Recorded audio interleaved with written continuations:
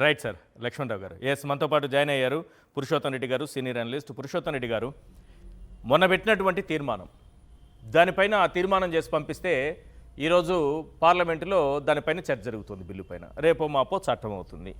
అసలు తీర్మానం అనేది అసెంబ్లీలో పెట్టినటువంటి ఈ తీర్మానం చెల్లుతుందా? ఎందుకంటే మండలిలో కూడా అసలు దాని చర్చే లేదు. పాయింట్ నెంబర్ 1, బిల్లు పెట్టడం గతంలో ఎప్పుడైనా ఏ రాష్ట్రానికైనా బిల్లు పెట్టి మరీ క్యాపిటల్ ఏర్పాటు చేశారా? ఇప్పుడు ఆంధ్రప్రదేశ్కు మాత్రమే అమరావతి విషయంలో బిల్లు పెట్టడం వెనుక ఆంతర్యం ఏంటి? ఈశ్వర్ గారు, అందరికీ నమస్కారం.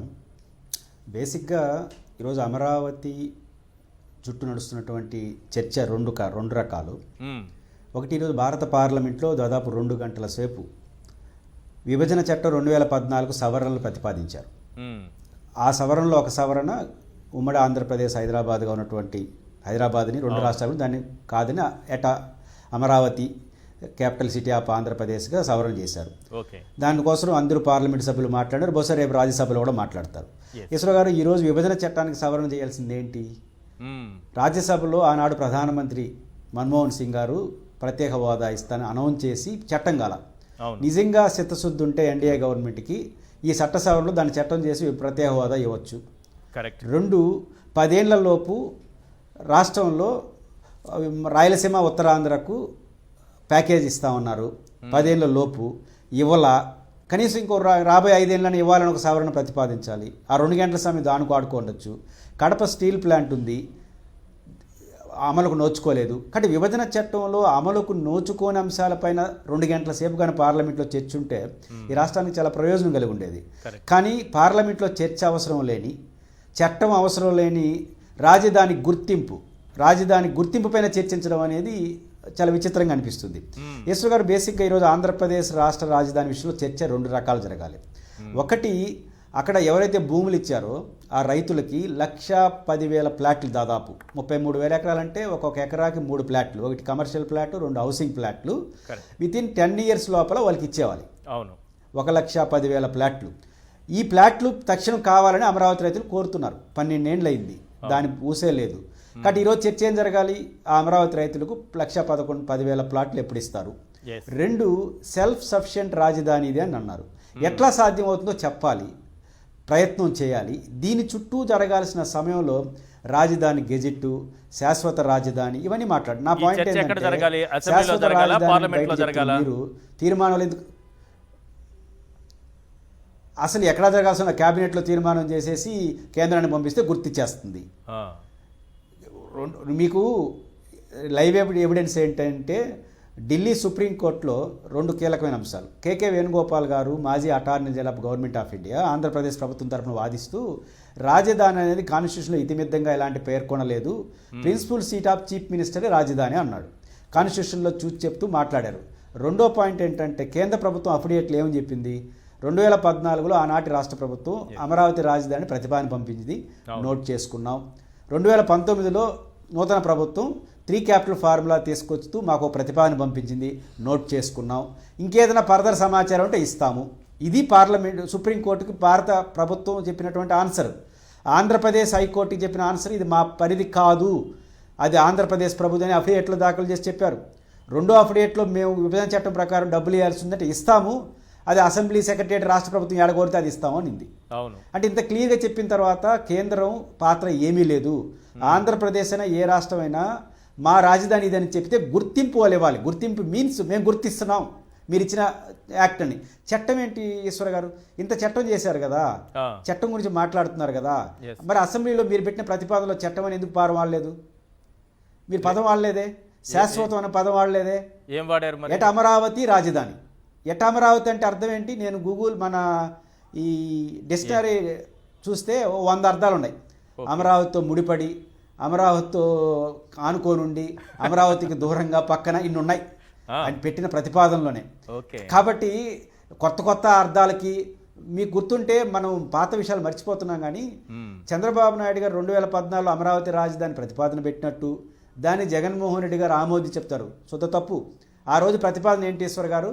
విజయవాడ సరౌండింగ్ ఇది విజయవాడ ఆ రోజు తీర్మానం చంద్రబాబు గారు అమరావతి అనే ప్రవేశపెట్టింది. పేరే లేదు అందులో. విజయవాడ సరౌండింగ్ ప్రాంతాల్లో నూతన రాజధాని సెంట్రలైజ్డ్గా లేదు. దాన్ని జగన్ గారు ఏమని సమర్థించారు, మీరు ఏడన్నా పెట్టుకోండి కానీ చుట్టుపక్కల 30,000 ఎకరాల ప్రభుత్వ భూమి ఉండాలన్నాడు. కరెక్ట్. అప్పుడు ఏ అర్థం అని వస్తుంది కదా, ఈ తీర్మానం చేసేసి మేము గతంలోనే తీర్మానం చేసామని మాట్లాడారు. రెండోది ఈశ్వర్ గారు, ఇప్పుడు రాష్ట్రంలో వైఎస్ఆర్ కాంగ్రెస్ పార్టీ ఏమైనా మేము మళ్ళీ అధికారంలోకి వస్తే అమరావతిని మారుస్తాము, 3 రాజధానులు జగన్ గారు చెప్పారా? లేదు, చెప్పలేదు కదా. మీకేంటి ఇప్పుడు ఈ ప్రతిపక్ష వైఖరి? మీరు చేయాల్సింది ఎవరు మార్చకుండా అంటున్నారు. ఫ్లాట్లు ఎప్పుడు ఇస్తారు? ఎవరు మార్చకుండా రెండు పాయింట్లు తీసుకోండి సార్. 2 పాయింట్లు మీరు. ఒకటి, ఎవరు మార్చకూడదు. రేపు జగన్మోహన్ రెడ్డి గారు వచ్చినా దీన్ని మార్చడానికి లేదు అని అన్నారు. జగన్మోహన్ రెడ్డి గారు ఏమన్నా చెప్పారా నేను మార్చేస్తానని? Point number 1. పాయింట్ నెంబర్ 2, నిజంగానే అనుకుంటే అప్పుడు అధికారంలో ఉన్నటువంటి ఇప్పుడు చంద్రబాబు నాయుడు గారికి చట్టం చేయడానికి ఎలాంటి అధికారాలు ఉంటాయో అప్పుడు జగన్మోహన్ రెడ్డి గారో ఇంకో పార్టీనో ఇంకొకరో ముఖ్యమంత్రిగా ఉన్నప్పుడు చట్టాలు చేసుకోవడానికి వాళ్ళకి అధికారం ఉండదా? పోనీ పార్లమెంటులో ఆయన అనుకోండి, రాజ్యాంగానికే సవరణలు చేస్తున్నాము, ఈ చట్టం మాత్రం శాశ్వతంగా ఉండిపోతుందా?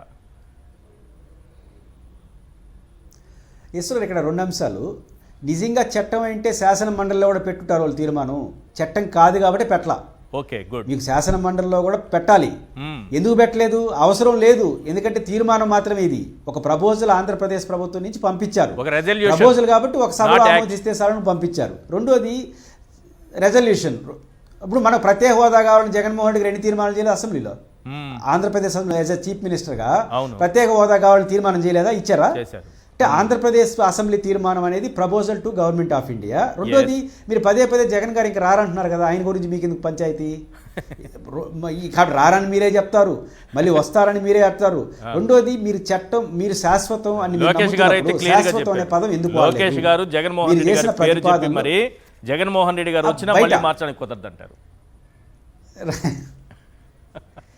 నేను ఈశ్వర్ గారు నిజంగా ఆ ప్రయోజనం ఉంటే వాళ్ళు మొదటి తీర్మానం ఏం చేస్తారో తెలుసా?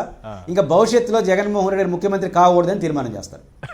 నిజంగా ఈ అసెంబ్లీకి కానీ ఆ తీర్మానం చేసి హక్కుంటే బాగుంది. అంటే మేము చేసే తీర్మానాలు ఇప్పుడు రాబోయే 30 ఏళ్ల పాటు ఎవరు తీర్మానాలు మార్చలేరంటే 30 ఏళ్ళ తర్వాత మార్చచ్చా?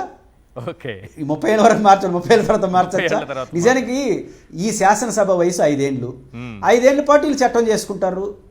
ఈ శాసనసభ చేసే చట్టం ఇంకో శాసనసభ చేయకూడదు అనుకుంటే ఏకంగా వీళ్ళు తీర్మానం చేస్తారు. ఇంకా 15 ఏళ్ళు 20 ఏళ్ళు జగన్ గారు ముఖ్యమంత్రి అవడానికి వీలు లేదు, మేమే ఉంటామని కూడా తీర్మానం కూడా చేస్తారు. అది సాధ్యం కాదు భారత రాజ్యాంగం ప్రకారం. కాబట్టి అర్థం వీళ్ళు అమరావతిలో ఏ చర్చ అయితే జరగాలో అది జరగకుండా ఉండడం కోసం ఏరే చర్చ తీసుకొస్తున్నారని అర్థం అవుతుంది. రైట్. ఒకసారి చంద్రబాబు నాయుడు గారు ఇచ్చినటువంటి హామీలు రైతులకి, అక్కడ జరిగినటువంటి మోసాల్లో మనం దోపిడీ గురించే మాట్లాడుతున్నాం. రైతులకు ఏ విధంగా అన్యాయం చేశారు, రైతులకు ఏ విధంగా ద్రోహం చేశారు, రైతులను ఏ విధంగా మోసం చేశారన్నది ఒక్కసారి స్క్రీన్ పైన చూద్దాం సార్. కొన్ని పాయింట్లు. బాబు చెప్పింది చేశారా? భూములు ఇచ్చిన రైతులకు డెవలప్ చేసినటువంటి రిటర్నబుల్ ఫ్లాట్స్ నో, ఇవ్వలేదు. భూములు ఇచ్చిన రైతులకు జీవనోపాధి భద్రత కల్పించలేదు. ల్యాండ్ పూలింగ్ ప్రాంతంలో ప్రతి ఒక్కరికి ఉచిత విద్య, అస్సలు ఎవ్వరికి విద్య అనేది అందకుండా చేశారు ఉచితంగా. తర్వాత ల్యాండ్ పూలింగ్ ప్రాంతంలో ప్రతి ఒక్కరికి ఉచిత వైద్యం జరిగిందా? లేదు. అమరావతిలో ప్రతి గ్రామంలో మౌలిక వసతులు నగరాభివృద్ధి జరిగిందా? లేదు. నెక్స్ట్, ఇల్లు లేని పేదలకు, ఇల్లు కోల్పోయిన కుటుంబాలకు గృహాలు. మొన్నటికి మొన్న సిఆర్డీఏ ఆఫీసు ముందు వాళ్ళంతా మాకు ఇల్లు కట్టివ్వండి సిఆర్డీఏ ఆఫీసు ముందు ఆందోళన చేశారు. పట్టాదారు పాసు పుస్తకాలు ఉన్న వారికి 1,50,000 రుణమాఫీ. చంద్రబాబు నాయుడు గారు చెప్పడం మనం వినడం. అమరావతి యువతకు 25 లక్షల వరకు వడ్డీ లేని రుణాలు. చంద్రబాబు నాయుడు గారు చెప్పడం మనం వినడం. భూములు ఇచ్చిన రైతులకు చట్టపరమైన యాజమాన్య భద్రత. చంద్రబాబు నాయుడు గారు చెప్పడం మనం వినడం. ఏదైనా చేశారంటే ఏదీ లేదు. అమరావతి ప్రాంతంలో వృద్ధులకు ఓల్డ్ ఏజ్ హోములు. ఇంతమందిని మోసం చేసిన తర్వాత ముసలోళ్ళని ఎందుకు వదిలిపెట్టాలని చంద్రబాబు నాయుడు గారు బాగా ఆలోచించి ఆ రోజు వాళ్ళకి ఇచ్చినటువంటి జీవోలో దీనికి సంబంధించి హామీలో ఇచ్చినటువంటి ఆ జీవులో ఇది కూడా పెట్టారు, ఓల్డ్ ఏజ్ హోములు. పాపం ముసలాళ్ళను కూడా మోసం చేశారు. చాలామంది ఓల్డ్ ఏజ్ హోముల్లో వెళ్ళలేక అవి ఎక్కడున్నాయో దొరక్క ఇంకా అమరావతిని వెతుక్కుంటూ కూర్చున్నారు.